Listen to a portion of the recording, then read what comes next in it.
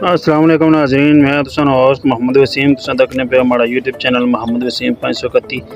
नाज़रीन आज तुसां की दसने जड़ी कास पार्क ना पार्ट नंबर 2। ते ये तकी सकें तुसां बड़ी प्यारी जगह ही है। मोटरसाइकिल खलते हुए इत्थे चलाई सकने हो तुसां, बड़ी ज़बरदस्त जगह ही है ये। ते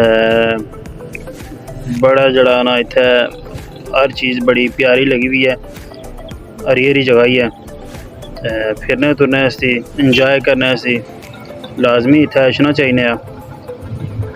तुसें की लाजमी है जगह पसंद भी है इसी बच्चों ने खास करी ते काफ़ी सिस्टम आए थे, बच्चे खूब इंजॉय कर सन,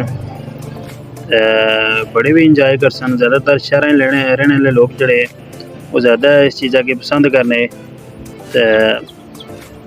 खास करी ते फैमिली पार्क है, तो बहने शहने इसकी जगह भी ज़बरदस्त है, घूमने फिरने इसकी ज़बरदस्त है। तो तुसां एक बारी लाजमी इत्थे जाओ, तो इंशाअल्लाह तुसें ये जगह पसंद आई सी। मीरपुर आज़ाद कश्मीर ने एरिया, तो जड़ी कास पार्क है, तकी सकने हो। मस्जिद भी है जड़ी तुसां तकने पे रेड थोड़ा इन्हें बनाई है कि सारे पार्क ना विजिट कराने इसने चार्जिंग भी किन्ने। अगर बंदा पैदल ना चली सके तो उसकी वो बेहता भी इसना नज़ारा करी सकना है पार्क न।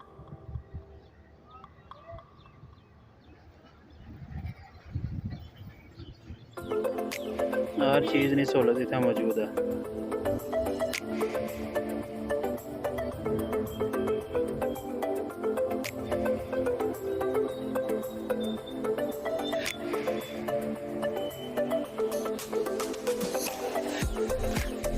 काफ़ी खुली जगह ही है ये, नचने कूदने दी है।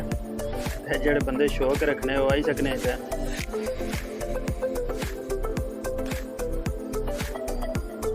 बाकी जेड़े बंदे साढ़े चैनल पर नवे आए, बड़ा मेहरबानी चैनल की सब्सक्राइब करी किनो, ताकि अच्छे वाली लेटेस्ट वीडियो तक बर वक्त पहुँची सकन। वीडियो पसंद अच्छा था अपनी राय ना भी इजहार करा करो कमेंट्स।